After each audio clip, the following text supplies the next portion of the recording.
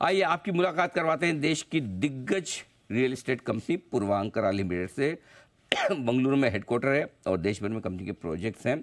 और पूर्वांकरा 30 सितंबर 2023 तक के जो आंकड़े हमारे पास है, 9 शहरों में 46 मिलियन स्क्वायर फीट से ज़्यादा एरिया के 80 प्रोजेक्ट पूरा कर चुके हैं। 41 मिलियन स्क्वायर फीट के प्रोजेक्ट्स अभी भी उनके पास चालू है। आइए माफ़ कीजिएगा, कंपनी के सीईओ अभिषेक कपूर साहब हमारे साथ कार्यक्रम में शामिल हो रहे हैं। आपने मुंबई में NMIMS से मास्टर्स की डिग्री और बिजनेस फाइनेंस में डिप्लोमा हासिल किया है। रियल एस्टेट सेक्टर का कपूर साहब को 22 साल से ज़्यादा का गहरा लंबा अनुभव है। रेमंड्स, रेडियस और कीस्टोन जैसे दिग्गज रियल एस्टेट ग्रुप्स के साथ काम करने का अनुभव है। कपूर साहब, बहुत बहुत स्वागत है आपका। धन्यवाद सर हमें समय देने के लिए। एक रिपोर्ट पढ़ रहे थे और आपकी याद आ गई सर हमें। रिपोर्ट थी क्रेडाई की, और क्रेडाई की रिपोर्ट में हमने 2 खास बातें ढूंढी। उनमें से एक, पहली, क्रेडाई का ये मानना है, क्रेडाई मैं हमारे दर्शकों के लिए बता दूं कि रियल एस्टेट डेवलपर्स की एक बड़ी अग्रणी संस्था है, जो पूरी इनकी एक तरह से आप ये कह सकते हैं कि डेवलपर्स और जितने भी बिल्डर्स हैं उनकी एसोसिएशन है एक तरह से, मान लीजिए। इन्होंने ये कहा कि भाई 10 साल में, आने वाले 10 साल में रियल एस्टेट सेक्टर 4 गुना बढ़ जाएगा आने वाले 10 साल, नंबर 1। और दूसरा, अमृत काल में 2047 में रियल एस्टेट सेक्टर कितना बढ़ेगा? 20 गुना। वाह, यहाँ से 20 गुना। तो जरा कपूर साहब बताइए, क्या आपको लगता है कि इतना पोटेंशियल है और इस रिपोर्ट में दम है?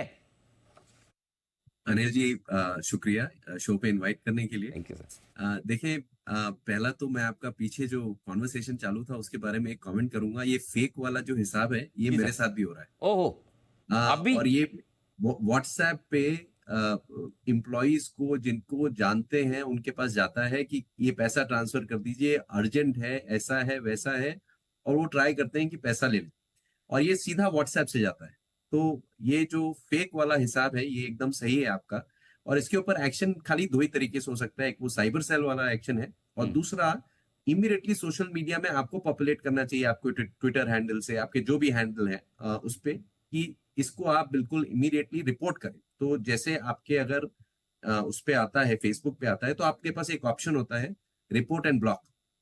तो अगर आप बहुत सारे लोग रिपोर्ट करेंगे तो वो इमीडिएटली उनके नजर में आएगा कि इतने लोग रिपोर्ट कर रहे हैं, तो कोई सिस्टम, उनका एल्गो है वो बराबर है, तो अगर उसको रिपोर्ट करें तो शायद उसका कुछ सोल्यूशन निकल सकता है। सॉरी, तो आपके प्रश्न का जवाब। नहीं, बिल्कुल आपने सही कहा। ये आइडिया अच्छा जो अभिषेक जी ने कहा है, जरा ध्यान से सुनिए, समझिए।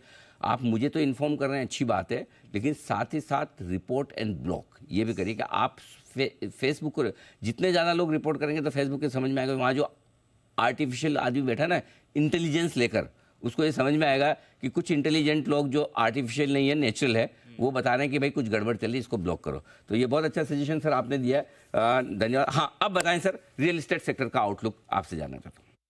जी, देखिए, मेरा आउटलुक तो बहुत ही पॉजिटिव है। हमारे पास 2 चीजें इस वक्त, 3 चीजें हैं जो बहुत ही एडवांटेजेस हैं हमारी कंट्री में। पहला, एक हमारा एक जियोपॉलिटिकल स्ट्रेंथ बन गया है पूरे ग्लोब में, जिसकी वजह से इकोनॉमिक एक्टिविटी और इन्वेस्टमेंट, मुझे लगता है निवेश इस कंट्री में काफी बढ़ेगा, और जिसकी वजह से इकोनॉमिक ग्रोथ काफी स्ट्रांग रहेगी। और जो आप अमृतकाल की बात कर रहे हैं, मैं पूरा विश्वास करता हूं कि 2047 में ये कंट्री एक फॉर्मिडेबल फोर्स होगी पूरी दुनिया में, और उसको बनने के लिए आपकी जो डेमोग्राफी है, जो आपके लोग हैं, जो आपके देशवासी हैं, उनका प्रोग्रेस होना बहुत जरूरी है। जैसे वो प्रोग्रेस करेंगे और वो अलग अलग लेवल पे प्रोग्रेस करेंगे, जैसे ये 2047 आएगा, उनका रिक्वायरमेंट घर के लिए और प्रॉपर्टी के लिए डेफिनेटली रहेगा। तो मेरा पूरा विश्वास है कि जो क्रेडाई का मानना है वो सही है कि ये काफी अग्रेसिव ग्रोथ पैटर्न रहेगा। एक खाली हमारी एक एडवांटेज है, और ये कई बार बात होती है चाइना और इंडिया के बारे में कंपैरिजन पे, तो हमारी एक ही एडवांटेज है कि हमारे पास रेरा है, हमारे पास एक इंडस्ट्री का स्ट्रक्चर है जो कि चाइना में नहीं था। चाइना में आप 100% पैसा डे 1 पे देते थे, और वो डेवलपर उस पैसे के साथ क्या करता था, 2.5 साल बाद आपको पोजेशन मिलता था। आज जो मुसीबत वहां पे है वो इसलिए क्योंकि फाइनेंशियल मिसमैनेजमेंट हुआ है। आज आपके यहाँ रेरा की वजह से और गवर्नमेंट की पॉलिसीज की वजह से एक डिसिप्लिन आ गया है। जितने लोग जाने थे वो जा चुके हैं, कंसोलिडेशन हो चुका है। तो मुझे लगता है कि एक बड़ा पॉजिटिव विश्वास के साथ लोग अब परचेजिंग कर रहे हैं, और ये ट्रेंड जारी रहेगा। इस वक्त ये है आपके लिए रियल एस्टेट का आउटलुक। लेकिन सर, एक चीज़ जो आपसे जाननी है, जिसकी वजह से मैंने विशेष करके आपको बुलाया भी, बैंगलोर, जहाँ पर आपकी बड़ी ज़बरदस्त प्रेजेंस है, आपका मेरे ख्याल से 75% बिजनेस बैंगलोर से आता है, राइट सर? अभी आजकल नई वजह से सुर्खियों में है पानी की समस्या है, वाटर प्रॉब्लम, मतलब और हम तो अलग अलग चीज़ें सुन रहे हैं, हमें पता नहीं एग्जैक्टली ग्राउंड लेवल पर कितनी दिक्कत है, क्या है, क्या उससे कहीं कोई वहाँ के रियल एस्टेट सेक्टर पर आपकी कंपनी पर इम्पैक्ट आ सकता है? नए प्रोजेक्ट आपको लॉन्च करने हैं, थोड़े रुकेंगे, जो प्रोजेक्ट कंप्लीट करने हैं उसमें मुश्किल आ रही है? जी देखिए, एक तो ग्राउंड पे मैं आपको बताऊं, मैं यहाँ रहता हूँ और मेरे जानकारी में कोई बहुत बड़ी तकलीफ नहीं है। ओके। जो हमेशा से तकलीफ रही है वही तकलीफ है, ओके। और उसके ऊपर गवर्नमेंट काम कर रही है। तो एक तो ये हो गया पॉइंट, विषय। दूसरा, बिजनेस पे जो इम्पैक्ट है, वो इम्पैक्ट जो बिजनेस का आप लोग असेस कर रहे हैं, मुझे नहीं लगता कि कोई भी इम्पैक्ट होगा, क्योंकि आप देखें कमर्शियल जो अब्जॉर्प्शन है बैंगलोर में हाईएस्ट है कंट्री में। वो पिछले साल भी रहा है और अगले साल भी रहेगा। इतना आरएफआई आरएफपी चल रहा है आज की डेट में मार्केट में कि वो लीजिंग होगी। और आप ये समझें कि हर 100 स्क्वायर फुट की लीजिंग पे 800 स्क्वायर फुट का रेजिडेंशियल डिमांड आता है। तो 8 टाइम्स रेजिडेंशियल डिमांड हो जाता है कोई भी आप कमर्शियल ऑफिस लीजिंग करें। और मैं और दूसरी एक्टिविटी की बात ही नहीं कर रहा हूँ। तो जहां तक रियल एस्टेट का सवाल है, कोई इम्पैक्ट नहीं। एक आधा जगह पे जहां पे प्रॉब्लम होगी, उसको किस तरीके से एड्रेस करेगी गवर्नमेंट, वो आई थिंक वो लोगों और गवर्नमेंट के बीच में है, लोकल एरिया, लोकल जो अथॉरिटी है उनके बीच में है। वो करना चाहिए और गवर्नमेंट कर भी रही है। तो मुझे लगता है कि कई चीजें कई बार सुर्खियों में आती हैं क्योंकि बिकती हैं। तो इसमें इस मैटर में मेरा मानना है कि प्रोग्रेसिव है। अब मेरे हिसाब से ये प्रॉब्लम सॉल्व हो जाएगी।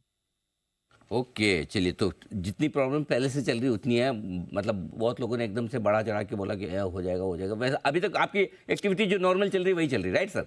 जी बिल्कुल। ऐसा जी नहीं कि बिल्कुल। मतलब आपने कुछ रोक दिया हो कि ये नहीं करेंगे वो नहीं करेंगे, वैसी सिचुएशन नहीं, थैंक गॉड, चलो जी। कम से कम ये बढ़िया है।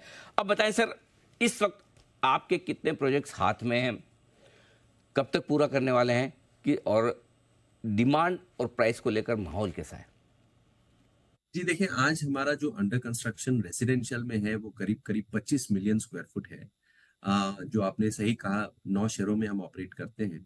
और करीब 3 मिलियन स्क्वायर फुट हमारा कमर्शियल ऑफिस में चल रहा है। आगे हम करीब 10 million square foot total add करेंगे। और ये जो 25 प्रोजेक्ट आज जो ऑनगोइंग है, उनको अगले 2 से 3 सालों में जैसे जैसे कंप्लीट होते जाएंगे, फेजेस में डिलीवरी होती जाएगी। तो आज की डेट में जो हमारा प्रोग्राम है वो ये है कि आगे जो 10 मिलियन स्क्वायर फुट हमको अभी इस और अगले 2 क्वार्टर में ऐड करना है, उस पे फोकस है, न्यू लॉन्चेस पे। और जो प्रोजेक्ट कंप्लीट हो रहे हैं उनका ओसी लाना है और उनका डिलीवरी करना है। तो आज की डेट में करीब करीब 1500 यूनिट से ज्यादा का हमारा ओसी आ चुका है, और एक 1800 इस क्वार्टर में यूनिट का टारगेट है कि हम ओसी ले आए। और उसके बाद डिलीवरी जैसे आगे के 1 क्वार्टर या 1.5 क्वार्टर में खत्म हो जाती है, क्योंकि वो पोजेशन लेने में, उनको इंस्पेक्शन करने में और फॉर्मेलिटी पेपर वर्क करने में टाइम लगता है। कई लोग एनआरआई होते हैं, जब आते हैं तब वो पोजेशन लेते हैं। तो ये प्रोसेस जारी रहेगा। और हमारा फोकस है कि हम न्यू लॉन्चेस लाएं और कंप्लीट करें अपनी जो पुरानी कमिटमेंट्स है और डिलीवरी को। तो चलिए, उम्मीद करते हैं कि एक्शन पूरा मजबूती का बना रहे, और आप भी कॉन्फिडेंट है आने वाले समय को लेकर। अभिषेक जी, बहुत बहुत धन्यवाद आपका समय देने के लिए और सेक्टर पर और अपनी कंपनी के बारे में विस्तार से हमारे दर्शकों को बताने के लिए।